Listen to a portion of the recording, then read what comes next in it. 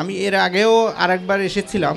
সেই সময় যে অবস্থা ছিল 2024 সালে, তার থেকে 25 সালের যেটা শুনলাম যে ছাত্রছাত্রীর সংখ্যা অনেক বেড়ে গিয়েছে এবং শিক্ষার মানও আমি বুঝতেছি যে অনেক এগিয়ে গেছে।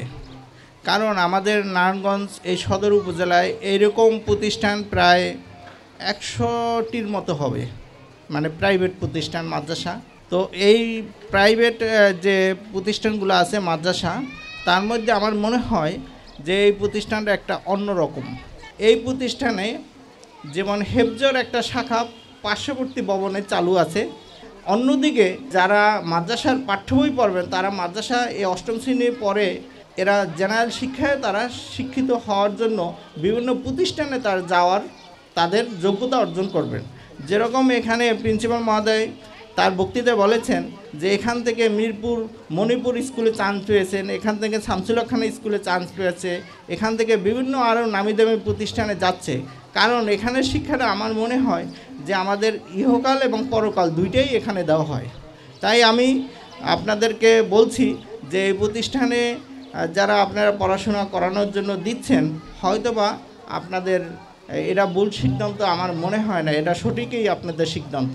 এবং এখান থেকে যে ছেলেমেয়েরা যে শিক্ষা অর্জন করবে তারা ভবিষ্যতে আপনাদের মায়েদের, বাবাদের এবং সমাজের যারা মুরব্বীদের তারা সম্মান দেওয়া যে বিষয় আছে, ভদ্রতার বিষয় আছে, নৈতিক শিক্ষার বিষয় আছে, ধর্মীয় শিক্ষার বিষয় আছে, সেটা সম্পূর্ণ এখান থেকেই অর্জন করবে। এই প্রতিষ্ঠানের বয়স কিন্তু একবারে বেশি না, হয়তো সর্বোচ্চ 3 বছর। 3 বছর হয়েছে কি না তাও হয়তো একটু কমও হতে পারে।